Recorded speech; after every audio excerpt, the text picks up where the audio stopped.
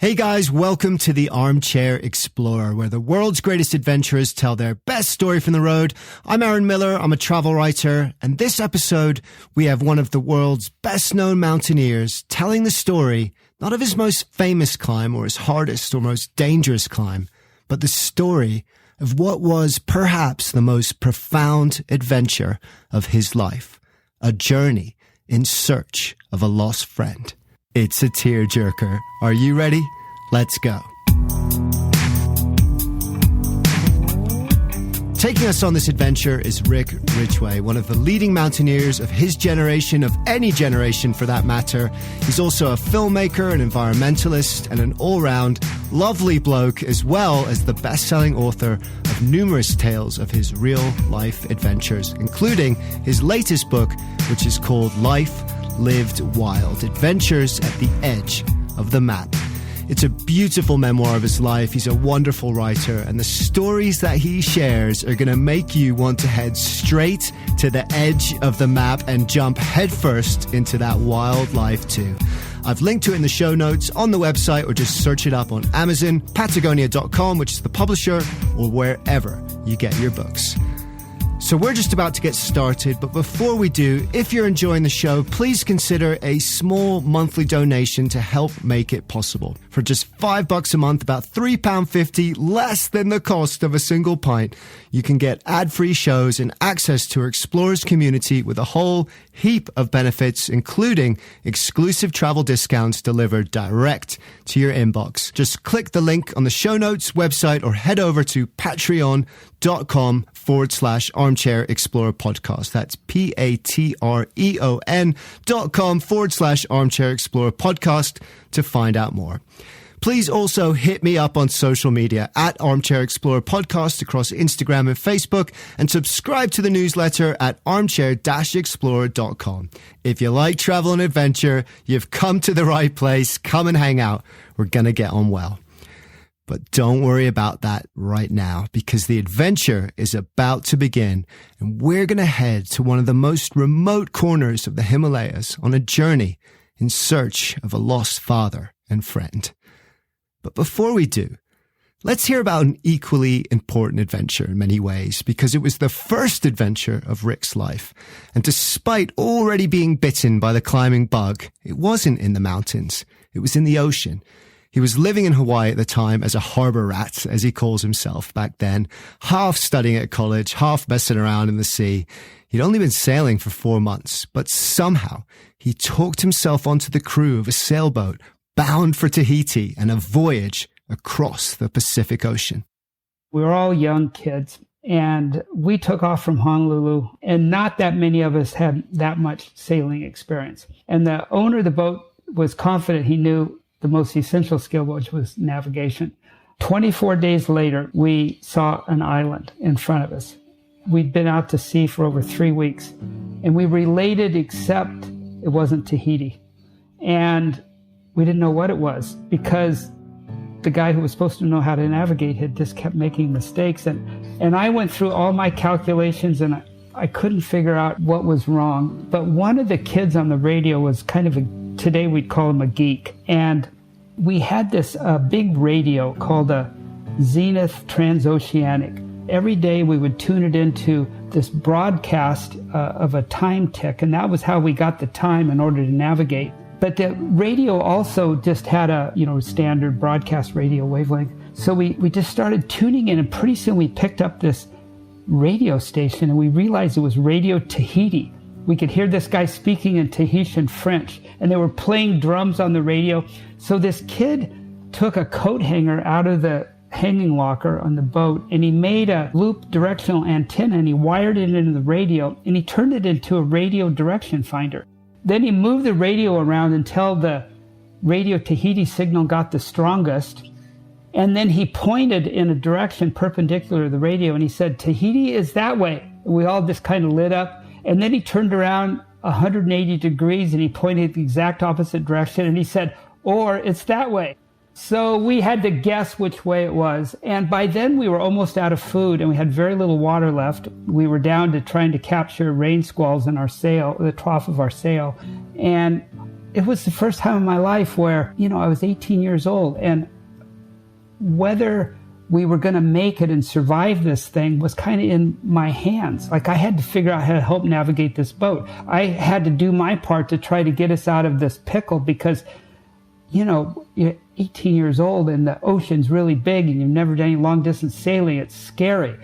And then I remember 2 days later, I was asleep. It was about 4 or 5 in the morning. It hadn't quite got light yet. And I was down in the berth because I was off watch. And up topside, the guy on the helm said, "Land ho!" And we just all ran up. And through the dawn light, we could see the spires of Moorea, which is the island near Tahiti. There was this music playing all night long, drums beating. We could hear people giggling and laughing. And it was just intoxicating. And there were people everywhere partying. I mean, there was this giant party going on. It had been going on all night. There was this truck drove by with people on top dancing. And they were doing that, the women were doing that Tamara dance where their hips vibrated. And God, we were just, our tongues were hanging out. And one of my buddies looked at me and said, "It's Tahiti." And another guy said, "It must be like this every day." Well, we had no idea that July 14th is Bastille Day. It was the biggest celebration of the year in Tahiti. But anyway, we had a great time. I was there all summer. I was late getting back to college.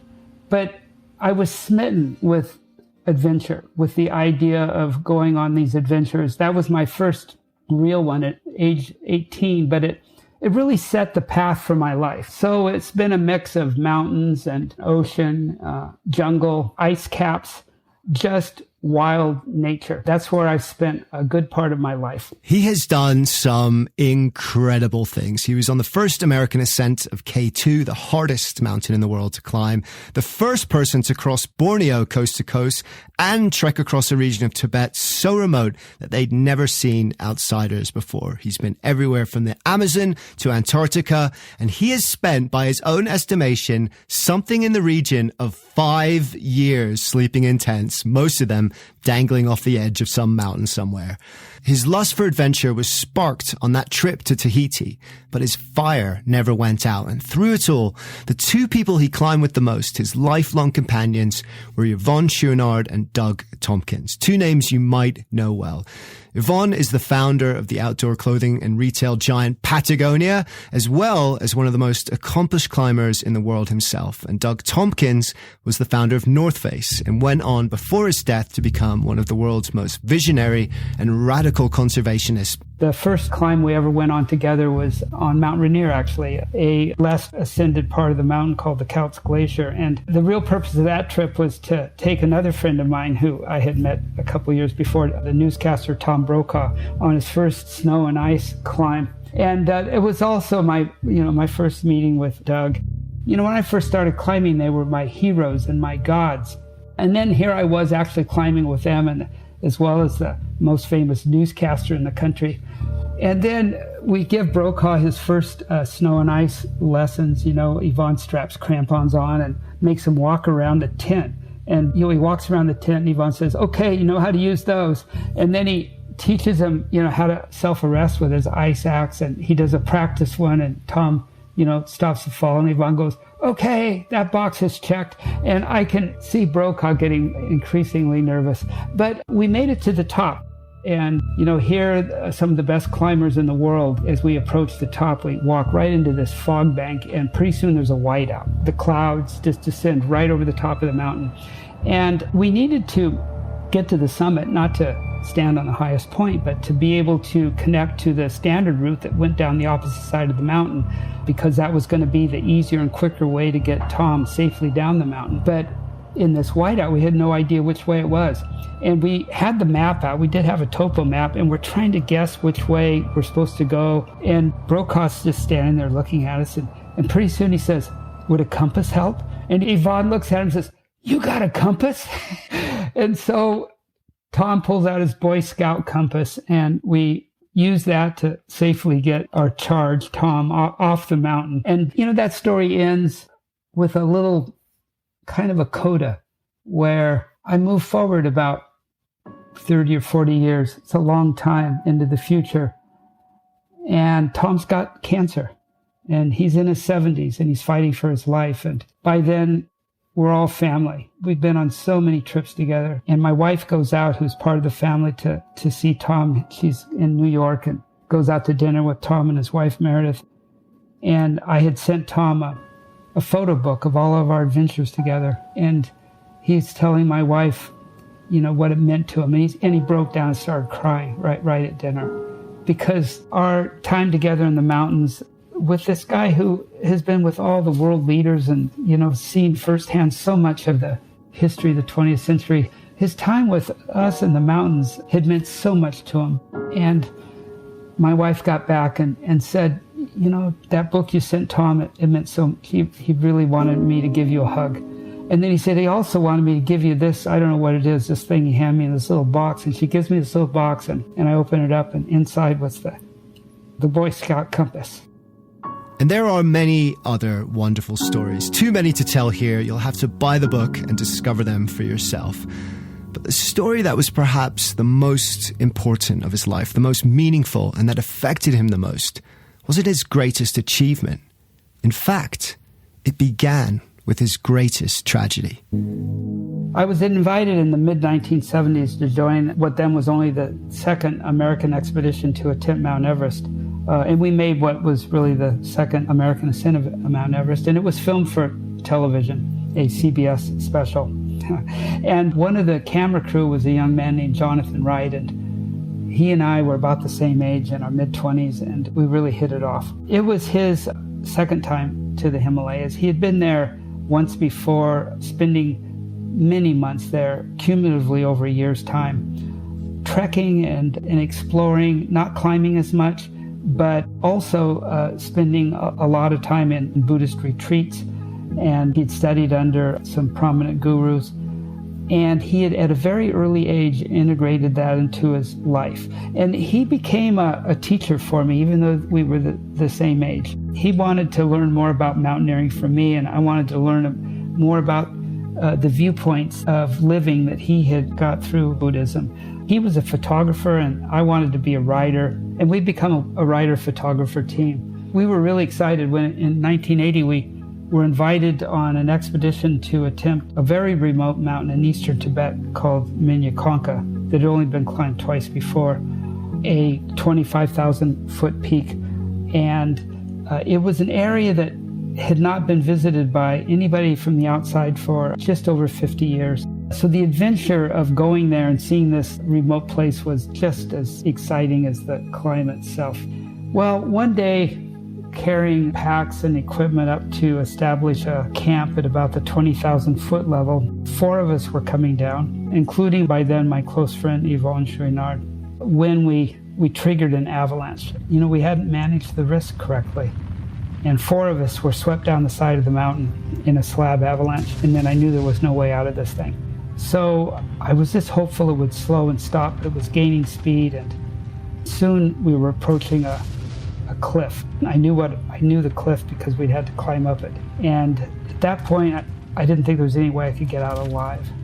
So the 4 of us, in just thundering snow all around us, hurled into space over this cliff. And then we funneled down this gully at really rapid speed. I was in the snow, on top of the snow, struggling to take a breath when I emerged, just getting glimpses of my 3 companions here and there, and still assuming that this was it. I was just about to get killed when the avalanche slowed and stopped. And all 4 of us were still alive, remarkably, but we were all injured to varying degrees. After a few minutes, realized I was probably the least injured, so I had to attend to the others. Yvonne had a concussion, he was delirious. The 4th guy had what turned out to be a broken back and legs and knees torn out.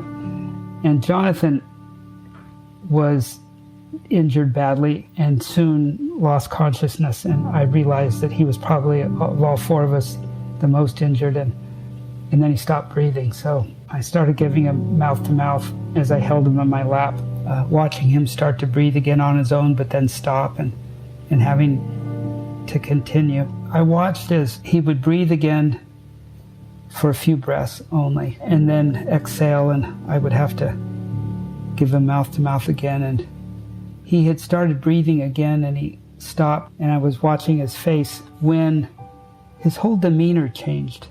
And it was a paling, but it was a change of complexion. And even more than that, it was an ineffable shift in his whole being that made me know in an instant that he had died. And I just stopped the mouth to mouth and just held him and stroked his hair. And then I did check his pulse, and it was gone.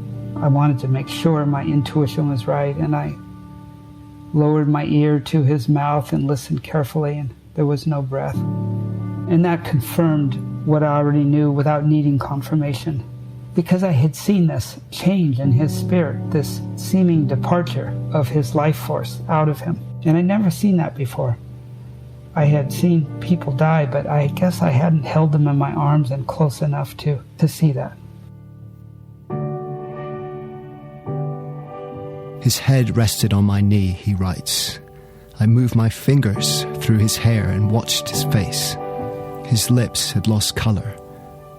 All of a sudden, his face paled as though some part of his being suddenly evaporated. In less than a second, he was different.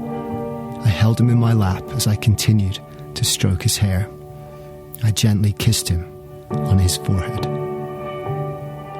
They buried him at first light, and as they placed the stones around and over his body, the ground was frozen and hard to dig. His thoughts turned to Jonathan's wife and his young daughter, who was just taking her first steps, barely more than a baby at the time. Then, a couple of decades later, not even quite 20 years after Jonathan had died in my arms, a young woman came out to spend the summer with us.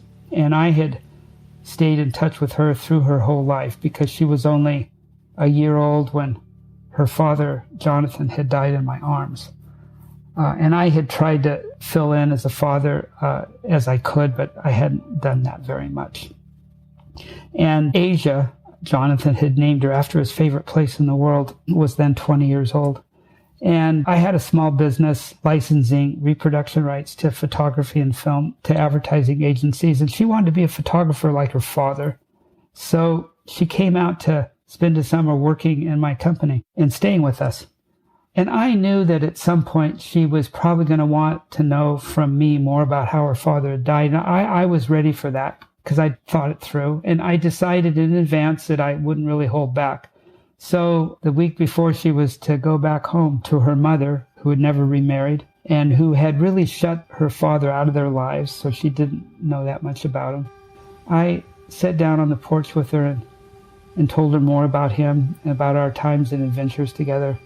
And I told her about how he had died, and I didn't hold back on it. And she thanked me, and then, she said, well, I've had a dream to go to Asia, and I need to ask you a favor. And I thought for sure she was going to just want me to help her pay for the trip. And then she asked me something I totally hadn't anticipated at all. She said, well, I want to go to Asia, but I want you to come with me because I want to go back to Minnetonka and I want to climb the mountain up on the side and I want to find my father. I want to find his grave. And I was shocked. But he knew he had to go. He had promised to himself as Jonathan died that he would be there for Asia, that he would care for her as much as he could. He wanted to honor his friend, so he agreed to help her. And in that instant, an adventure began, unlike any in his life before or after, an adventure to the high mountains in search of his friend and in search of Asia's lost father. I decided that I would take her on a grand adventure, like her father would have taken her on, where he, on his adventures, would have had her along, as I sometimes took my kids on outings. And I know that he would have tried to teach her some of the lessons I had taken from the mountains. So we went on a long 2-month adventure across Asia, trekking in the Mount Everest region, where we had Sherpas trekking with us who had been friends of her father's. We did the circumnavigation in Tibet of Mount Kailas, which is something that her father had dreamed of doing himself, the most sacred trek a Buddhist could do. And then we went out to western Tibet and in a very remote region, and we climbed a 21,000-foot mountain that had never been ascended, that was so remote it didn't even have a name. And again, I knew he would have done things like that for her as well. Before he died, Jonathan wrote in his journal, which Rick had brought with him, "Someday I will bring this child to these mountains to discover the truths of life, the truths that I am still learning." For Jonathan, those truths weren't just found in the mountains, but in the culture and beliefs that surrounded them, in Buddhism and the ideas of impermanence and transcendence. And that too was what Rick hoped to show her. It was an incredible journey, and it made this trip not just about her father's death, but also about his life, who he was, and why he risked and ultimately gave his life to this place he loved so dearly. They hiked the trail to Everest Base Camp as her father had done and watched the clouds clear over that great mountain. They completed the Kailash circuit, the most sacred of all Buddhist pilgrimages that her father had always wanted to do himself. On the summit of that unnamed, unclimbed peak, she got a taste for the danger, that siren call of the wild that had enchanted her father. In the vastness of the Himalayan steppe, they watched 2 Tibetan brown bears pass close by, dangerous animals, and felt, as he quotes in the book from the environmentalist Dave Foreman, the reality check of walking in a neighborhood where the locals have big teeth. This and more her father would have shown her. This and more for 2 months they experienced together. And through that, Asia began to slowly understand who her father was. She felt closer to him than she ever had before. She felt stronger in herself than she ever had before. Rick had lived up to that promise he made silently, stroking his dying friend's hair. But then it was time, because the adventure was over and the final journey was about to begin. We crossed Tibet to the other side of the plateau, to Minyakonka, and by the time we got there, the monsoon had started and the rains had come in and it was snowing up higher and the weather was deteriorating, and the mountain had seemed to change so much. I wasn't even sure I could find his grave. I was getting increasingly worried that even if the weather allowed us, would I be able to locate it? I realized part of the problem was that because of global warming, the glaciers had retreated so much that I couldn't even recognize the places again. But finally, I did recognize a promontory where I knew that that was the one where he had died and we had buried him. It was hard to reach. More than once he thought it would be impossible, that the journey would be in vain. The final trek to the base camp beneath Minyakonka, where they had buried Jonathan, was 2 days over rough ground. They were alone. And just before they set off, it began to rain hard, sheets of water pummeling the stones and flooding the river they would soon have to ford. But they made it, jumping boulders and fallen logs over the icy flow to a moraine above the river where they set up camp, the sky darkening in clouds as night set and lightning storms ravaged the peaks above. There in the tent, they lay still in silence together, both not voicing the single shared thought racing through their brain. In this weather, we'll never make it. But if we don't make it now, we'll never have another chance again. But when dawn broke, the storm broke too, and the next morning they climbed the moraine and onto a steep cliff, harder and more dangerous than Rick had remembered. But Asia was determined and pushed away her fear and inexperience and step by step ascended the mountain until they reached her father's grave.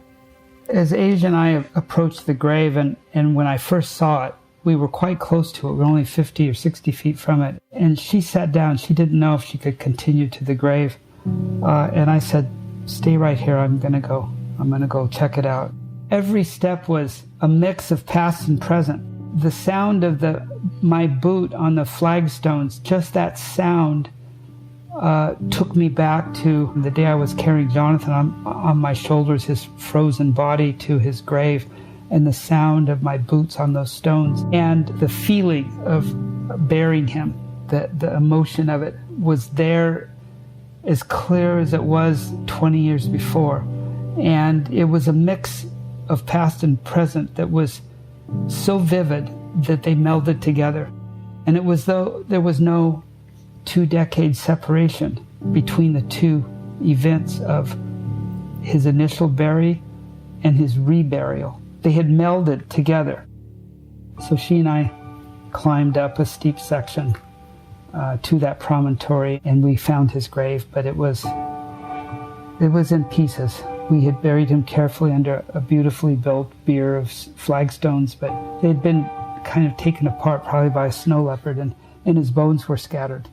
So that young woman and I, Asia, we collected those bones and we reassembled her father literally and reburied him and put new prayer flags over his grave.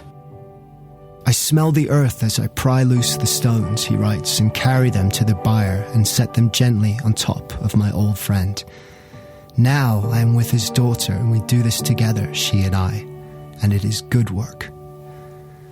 When they are done, he kneels beside the grave and places his hand on the stones, and as he does so, he remembers a passage he had read in Jonathan's journal, a passage from the Bhagavad Gita, the ancient Sanskrit poem, and recites it out loud.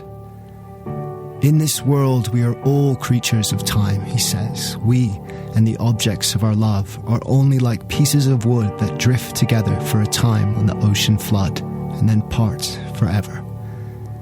This is what Jonathan, in life and in death, taught him.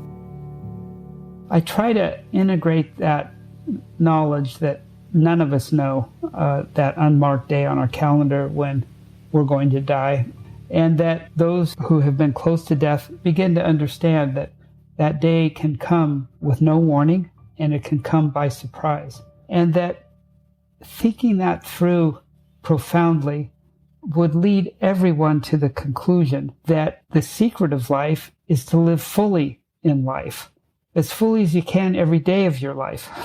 And it's a banal commonplace, I think, for most people, but yet it's the most profound thing we can do to shape how we live our lives. And especially since my wife died, I've tried to do that. And even before, 6-7 years ago now, I was in a kayak with Doug Tompkins on a paddling trip in Patagonia, and we got into a bad crosswind, and we had a faulty rudder on our boat, and we capsized in really cold water, and we had to fight for our lives to get out of there. And finally our comrades we were with had turned around and come back and pulled us ashore. I was unconscious by the time I got ashore from hypothermia, and it took them longer to get Doug ashore, and he didn't make it. He died, and I lived. And then just a few years later, my wife died. So those two things together have underscored for me in a very profound way this otherwise banal idea of living life in the moment, but just how utterly essential it is to a full life. So you just got to focus deeply. And that's it. You know, you learn how to focus and you learn how to pay attention. I love, that there's a poet, Jane Hirschfield, who has a Japanese tanka poem called 7 Words. And it's 7 words. And the first 2 are everything's connected. Everything changes. Pay attention. That describes wild nature in 7 words. That captures the deep awareness that you need to have if you're going to pull the most you can out of your time in nature and wildness. I love that. Everything is connected. Everything changes. Pay attention. The question that is often asked of mountaineers like Rick and Yvonne and Doug, who risk their lives over and over again, is why do you do it? Why do you climb? Why do you risk it all? And the answers always feel inadequate. But maybe this is why. Because only in risking it all can we truly see the reality that the day that we die will not be some vague day in the future as we conceive of it now. It'll be today. It'll be this moment. And only, perhaps, through seeing that truth, really seeing it through your own eyes, can you learn to pay attention to. The night before Rick and Jonathan set out on the climb that would come to end Jonathan's life, they camped out beneath the ruins of the Konkagompa monastery, and as they explored the ruin building those many years ago, they saw that all the statues and frescoes, all the Buddhas once painted and carved with exquisite care and skill had been destroyed. All of them, except one. And Jonathan led them over to it, puzzled that this should be the one alone to survive. It was the Buddha known as Maitreya, the Buddha of things to come. Jonathan smiled. This is a message, he said to them, a message to remember that the first fact of existence is impermanence. The book of this story is called Below Another Sky. And he called it that, I think, because of that message, because when we are paying attention, we are always below another sky. It is always new, and it will pass and change and never be the same again. And looking at that sky, looking deep into nature itself, is our greatest teacher of that fact, because it shows us that we too are part of that cycle. And those lessons, that wisdom, those skies are what keep us coming back for more. I picked up that phrase from a childhood ditty by Robert Louis Stevenson, written in the 19th century. I should like to rise and go where the golden apples grow, and where below another sky, and watch by cockatoos and goats lonely Crusoes build their boats. So I always enjoyed that phrase. I was reading that poem on the train crossing China on our way to Minnetonka, sitting in a car with Jonathan, and I read it to him. And we both latched onto that phrase because it captured this idea of the world always refreshing itself anew, of the idea of change in that Jane Hirschfield poem. And the flip side of that change is impermanence. So getting into your bones, the understanding that nature is always shifting and changing and reshaping, and you are too, is an awareness that everything is impermanent. Death is really the prerequisite to life. And that's maybe one of the most important and profound things you can take from being in nature and wildness that I don't think you get in the same way when you're in a human-built environment, because you're part of the web of life when you're in nature. You're integrated into it. You're on the ground at eye level with wildness. And you, over time, begin to become increasingly aware this is where you came from. And you're back in your birthplace. The birthplace where you started as a wild animal yourself. And you get to connect to that wild part of your heritage that in our civilizations gets buried so deep that when it surfaces, most of us don't even recognize it.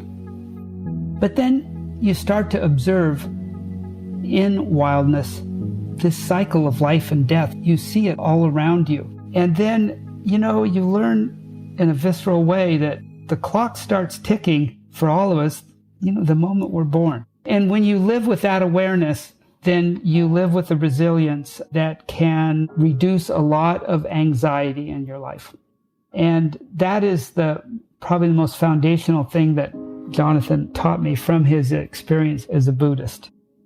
There is no synonym for God more perfect than beauty. Rick writes that at the end of the book, quoting Doug Tompkins, in fact, and it sums up perhaps the most foundational thing that Rick has taught us through his life lived wild. Because the beauty that we see is outside of us. It's all around us in the colors and patterns and harmony of the natural world. But it's inside us too, because it is something that only we can experience. So perhaps recognizing that beauty of the natural world is as close as we can come to God or the infinite, the divine, whatever you want to call it, because it is neither inside us nor outside of us. It exists only in that moment when we look at the world and see its beauty, and in awe and humility feel a part of that beauty too.